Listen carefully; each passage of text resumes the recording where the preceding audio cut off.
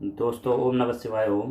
मैं सौरभ हाजिर हूँ आपके सामने महाशिव पुराण का प्रथम खंड का अध्याय 21 लेकर।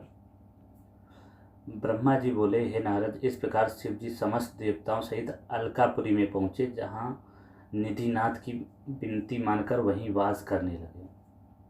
अलकापुरी के अधिपति निधिनाथ ने शिव जी की पूजा करके मेरा भी आदर सत्कार किया।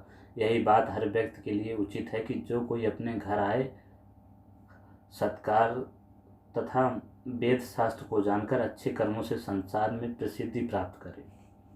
फिर शिव जी ने सिंहासन पर विराजमान हो तुरंत विश्वकर्मा को कैलाश पर्वत को अत्यंत सुंदर बनाने का आदेश दिया। उन्होंने आज्ञा दी कि प्रत्येक गढ़ तथा सुर मुनि लोगों के लिए भी सुंदर सुंदर मंदिरों की स्थापना की जाए। विश्वकर्मा जी शिव जी का यह आदेश सुनकर अत्यंत प्रसन्न हो कैलाश पर्वत पर मंदिरों के बनाने में प्रवृत्त हुए।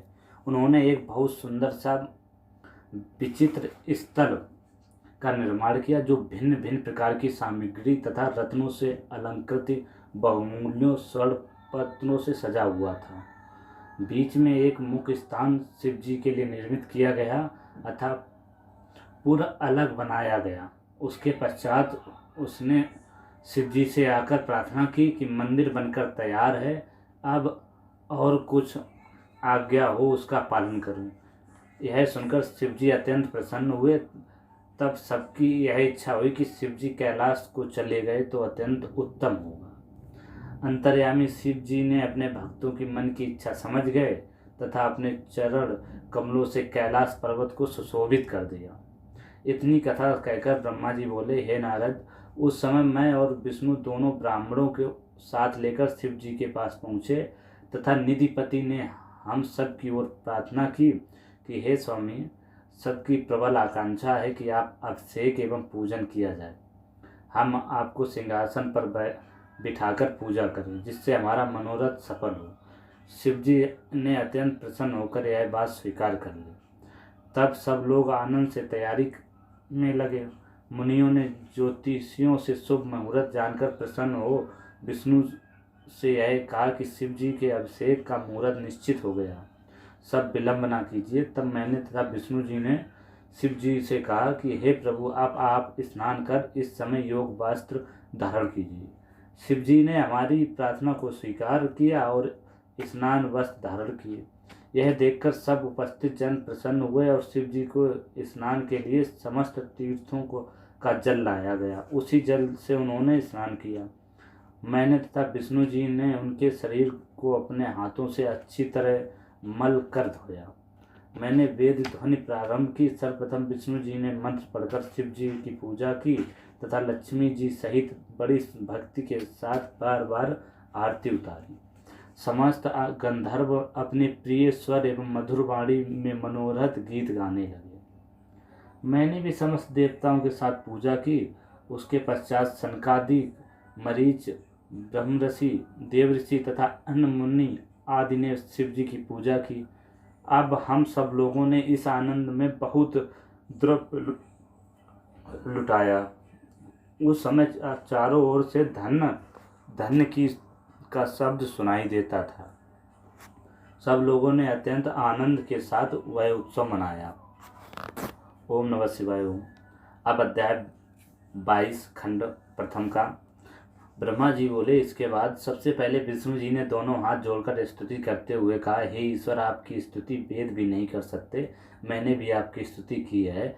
आपका आदि अंत नहीं जान पाया। फिर इसी प्रकार देवता उपदेव हो उसे प्रकट करो, मैं उसकी पूर्ति करूँगा। यह सुनकर सब हाथ जोड़कर बोले, हे प्रभु, आपके वचनों से ही हम तृप्त हो गए, हमारे सब क्लेश दूर हो गए।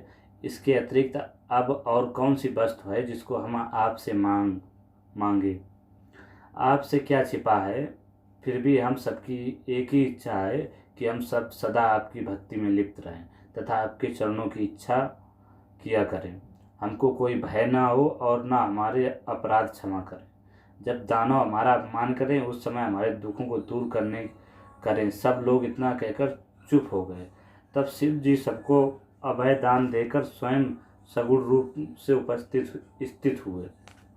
फिर सबको समझाया कर वहाँ से विदा कर दिया। केवल मुझको तथा विष्णु जी को पास बुलाकर उन्होंने यह कहा कि तुम दोनों ही हमारे शरीर को हो तथा संसार की उत्पत्ति कर तुम ही पालन करते हो। अस्तु जब तुमको कोई दुख होगा तब हम तुम्हारी रक्षा करेंगे। अब तुम दोनों अपने लोक को सुखपूर्वक चले जाओ। यह सुनकर हम दोनों उनसे भक्ति मांग और विदा होकर चले आए। फिर शिव जी ने निधिपति का हाथ पकड़कर कहा, हे मित्र, तुम्हारी प्रीति जानकर हमने तुम्हारे निकट ही वास किया। हमारी तुम्हारी मित्रता तीनों लोक में प्रसिद्ध हो गई। तुम्हारा कैसा सौभाग्य है कि तुम हमको अति प्रिय हुए। तुम प्रसन्न रहो। अस्तु अब तुम भी अपने लोक को जाओ। निधिपति कुबेर शिव जी की ऐसी कृपा देखकर प्रेम में मग्न हो गए और उन्होंने यह निवेदन किया कि हे प्रभु, मेरा मनोरथ पूर्ण हुआ। यह कहकर निधिपति बारंबार शिव जी को प्रणाम करके अति प्रसन्न हुए अपने घर तक पहुँचे। इसके पश्चात शिव जी उसी कैलाश पर्वत पर आनंद पूर्वक वास करने लगे। वे कभी कभी इस लोक में आकर भ्रमण करते तथा कभी कभी अपने भक्तों के लिए कुछ लीलाएं रचा करते। फिर उमा ने अवतार लिया और वे दक्ष के घर में उत्पन्न हुई। दक्ष ने उमा का विवाह शिव जी के साथ कर दिया। शिव जी उमा के साथ भक्तों के हित के लिए लीलाएं करने लगे। ब्रह्मा जी बोले, हे नारद, मैंने तुम्हें शिव अवतार तथा शिव जी के कैलाश जाने तक का वर्णन सुनाया। इसके अतिरिक्त और शिव जी की सहस्त्रों लीलाएं एवं यह लीला मैंने अपनी बुद्धि के अनुसार ही कही है। शिव जी की कथा अत्यंत पवित्र है, जिसके सुनने से बड़े बड़े पाप नष्ट हो जाते हैं। जो इसका स्मरण करता है उसके समस्त लोक तथा दुख नष्ट हो जाते हैं। जो मनुष्य शिव प्रीति से युक्त होकर इस कथा का पाठ करेगा उसका धन तथा संतान की प्राप्ति होगी। ओम नमः शिवाय। ओम। यहीं से अब हमारा समाप्त होता है श्री शिव पुराण का प्रथम खंड, और अगले वीडियो में अब कल से सुनाएंगे द्वितीय खंड का पहला अध्याय शिव पुराण का। ओम नमः शिवाय। ओम। सभी दोस्तों को नमस्कार। मैं आशा करता हूँ कि आप सब लोग ठीक होंगे और वीडियो भी अच्छे से समझ पा रहे होंगे।